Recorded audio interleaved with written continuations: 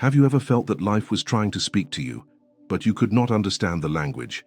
Not through thunder, not through dramatic signs, not through some sudden miracle, but through quiet repetitions.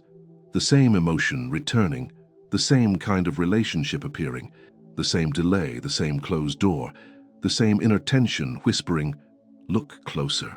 Many people believe the universe is silent because they are waiting for it to shout, when in reality it often speaks through patterns subtle enough to be missed by a mind that is tired, anxious, or desperate for control.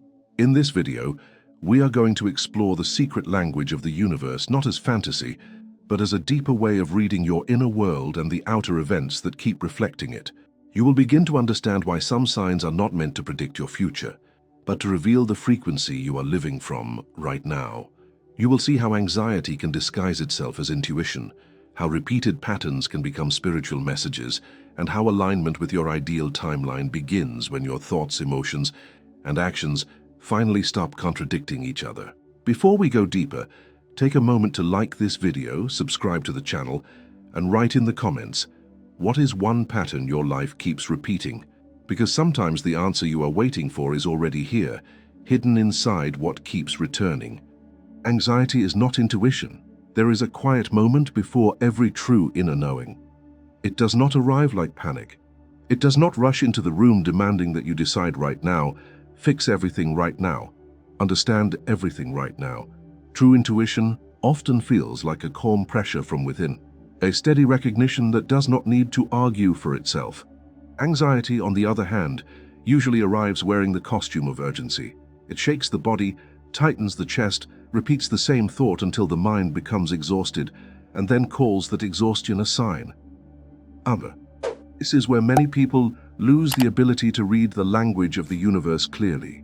They are not disconnected because the universe has abandoned them. They are disconnected because fear has become so loud that every message is filtered through survival.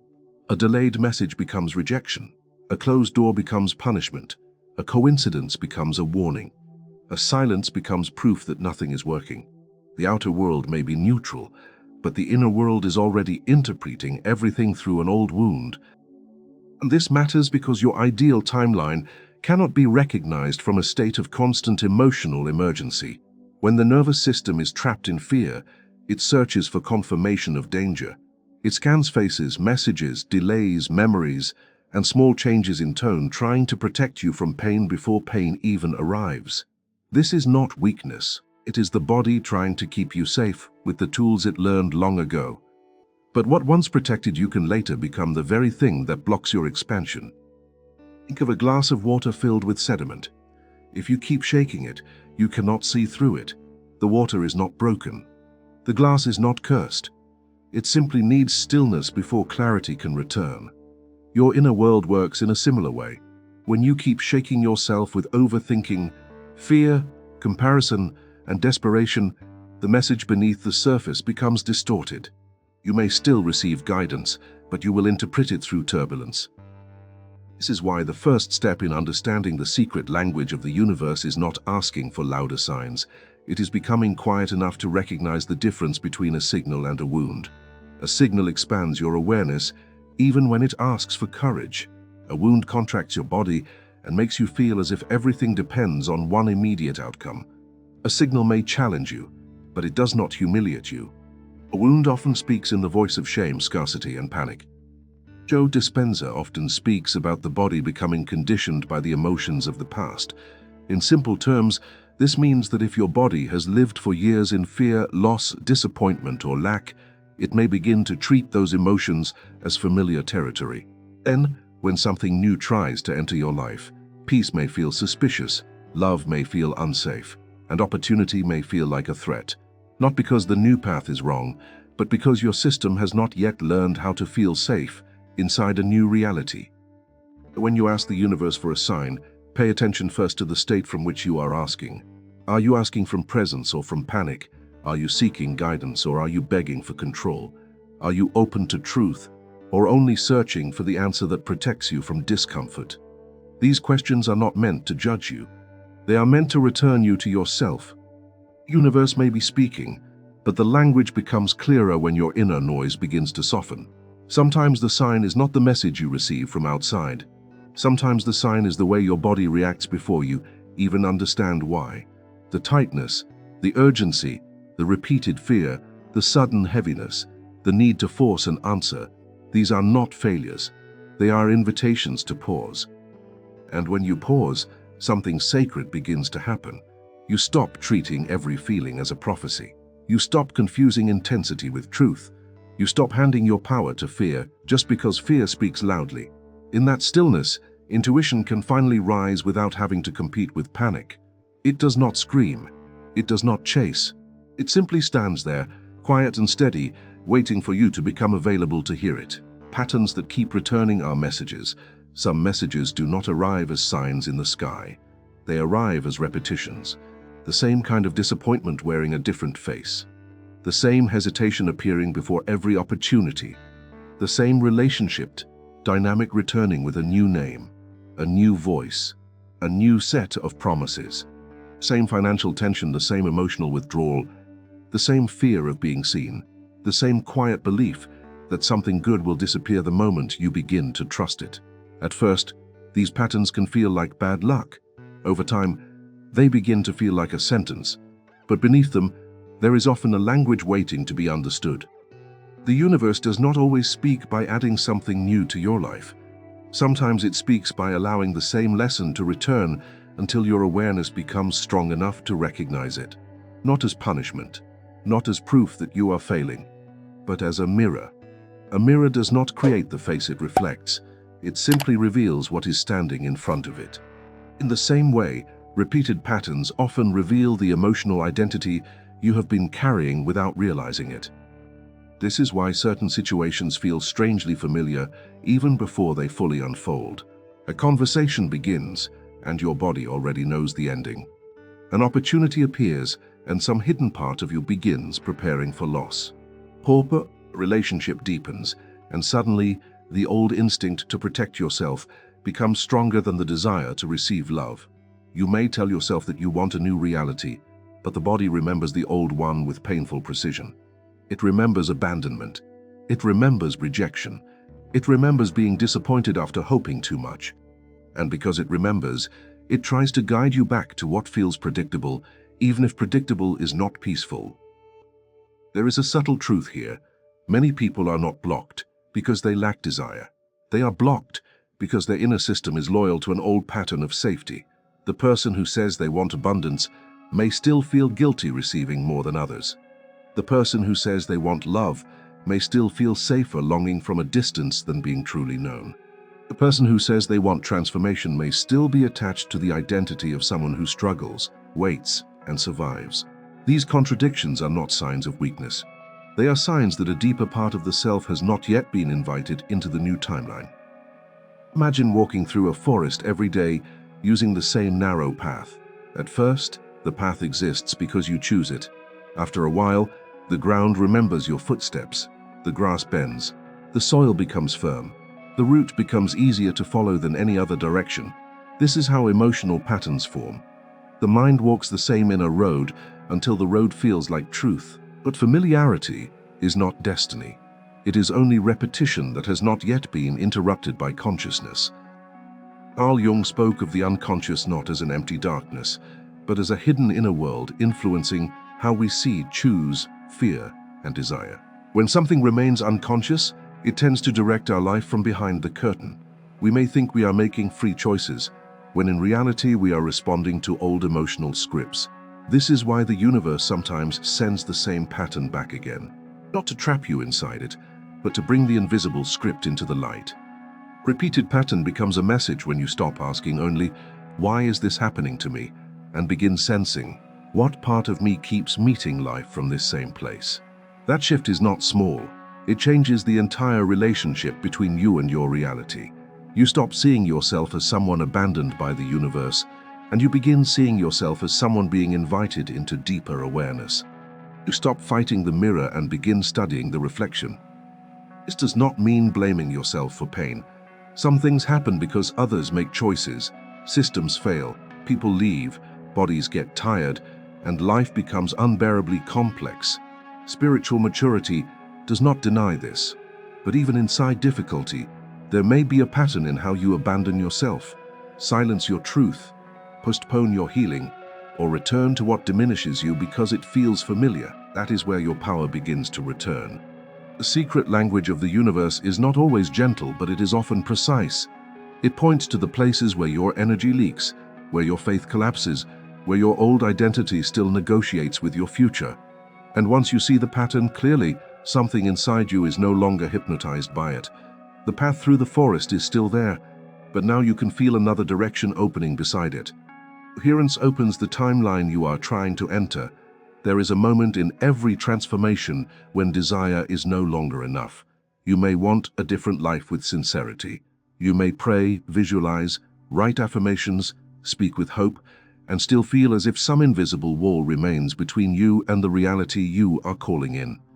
This is often the place where frustration begins, not because your desire is false, and not because the universe is refusing you, but because a deeper alignment has not yet formed between what you ask for, what you believe, what you feel, and what you repeatedly choose. Your ideal timeline is not simply a destination waiting somewhere outside of you. It is a state of inner organization. It is the version of life that becomes available when your mind, your emotions, your body, and your actions stop moving in opposite directions. If your words say, "I am ready for abundance," but your body contracts every time money appears, there is a contradiction. If your heart says, "I am ready for love," but your nervous system treats closeness as danger, there is a contradiction. If your soul says, "I am ready for expansion," but your daily habits keep confirming the identity of someone who is trapped, tired, and powerless, there is a contradiction. These contradictions are not moral failures, they are signals. They reveal the gap between the reality you consciously want and the reality your inner system still believes is safe. This is why manifestation cannot be reduced to wishing harder. A wish can begin the movement, but coherence sustains it. Coherence means that the different parts of you begin to agree. Your thoughts no longer sabotage your intention. Your emotions no longer remain addicted to the past. Your choices no longer betray the future you say you want to enter. Joe Dispenza describes transformation as a process of no longer being defined by the same old emotional states.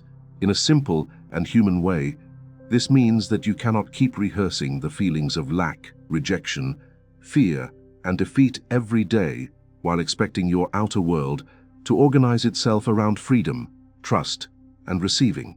The body learns by repetition. If it has practiced disappointment for years, disappointment may begin to feel strangely natural. If it has practiced worry for years, peace may feel unfamiliar, and sometimes the first sign that you are entering a new timeline is not immediate excitement, but discomfort. Because your system is meeting a version of reality it does not yet know how to inhabit. This is why alignment often feels quieter than people expect. It is not always a rush of certainty. Sometimes it looks like answering with patience when the old version of you would have reacted.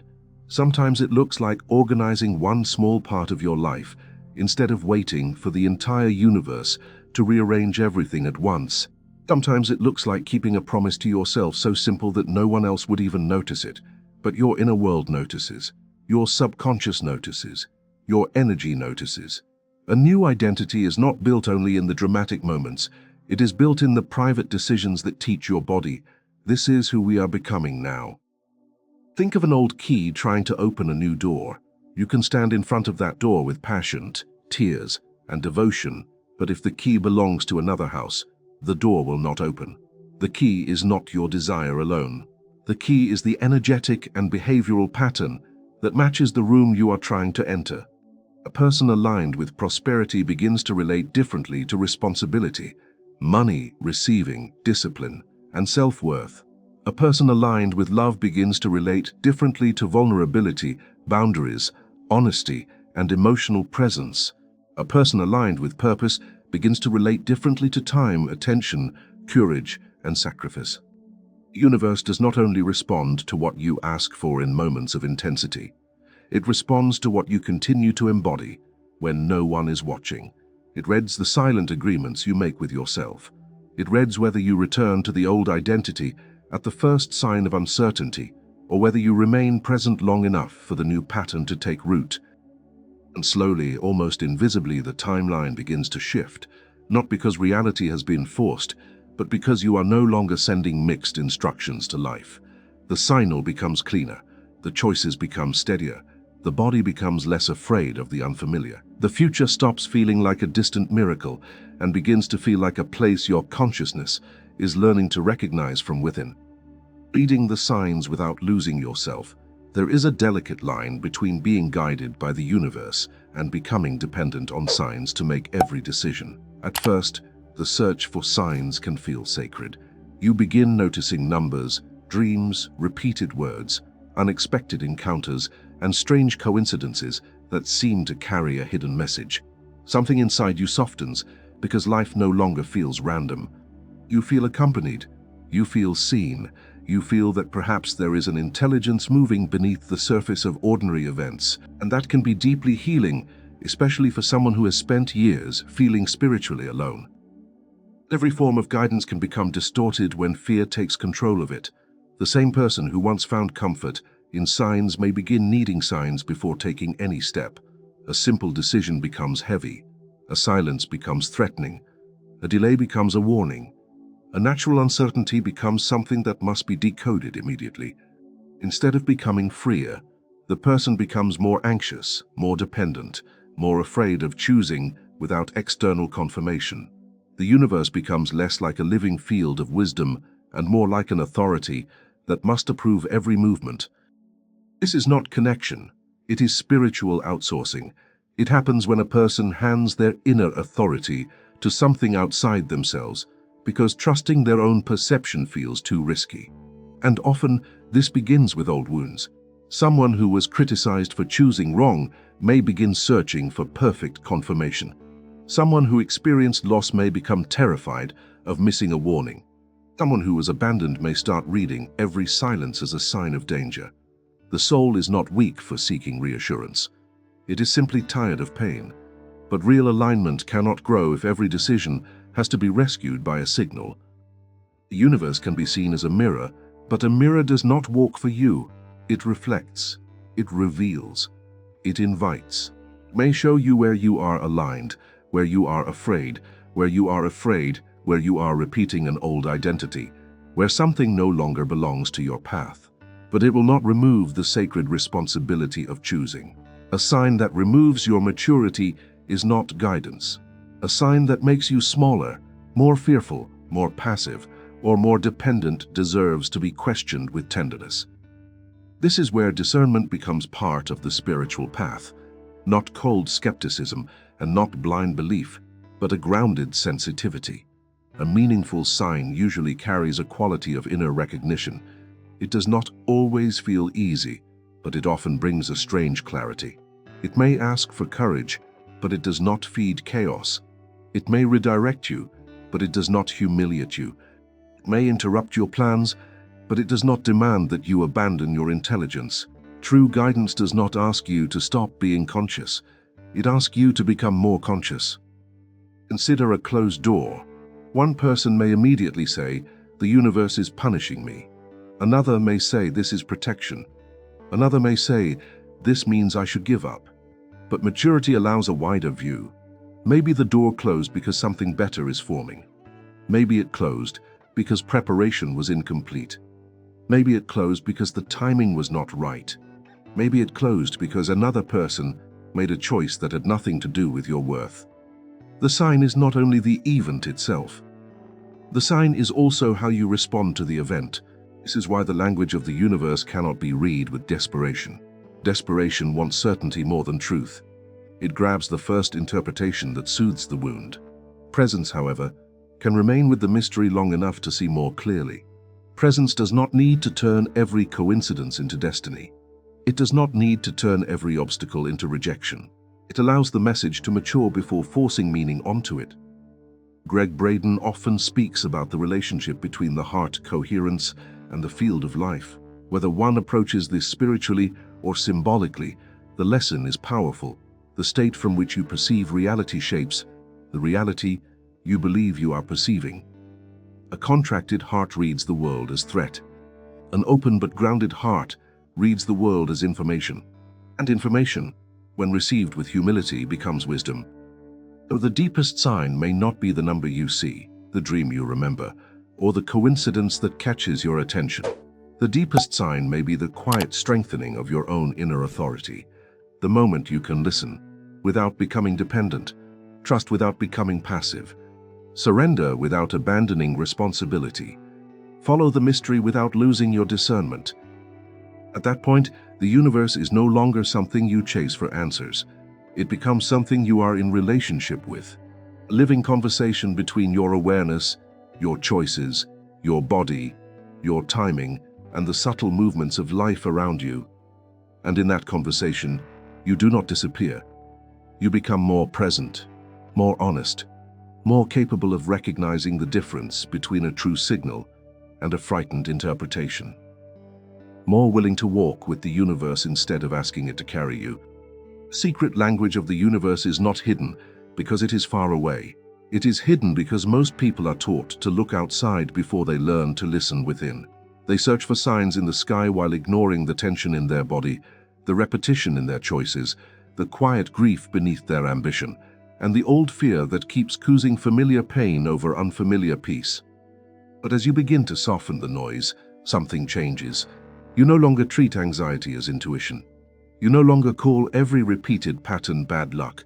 You no longer believe that desire alone can open a new timeline while your emotions, beliefs, and actions remain loyal to the old one. You begin to understand that alignment is not a performance. It is a return to inner honesty. Napoleon Hill wrote about desire, decision, and faith as forces that shape the direction of a life.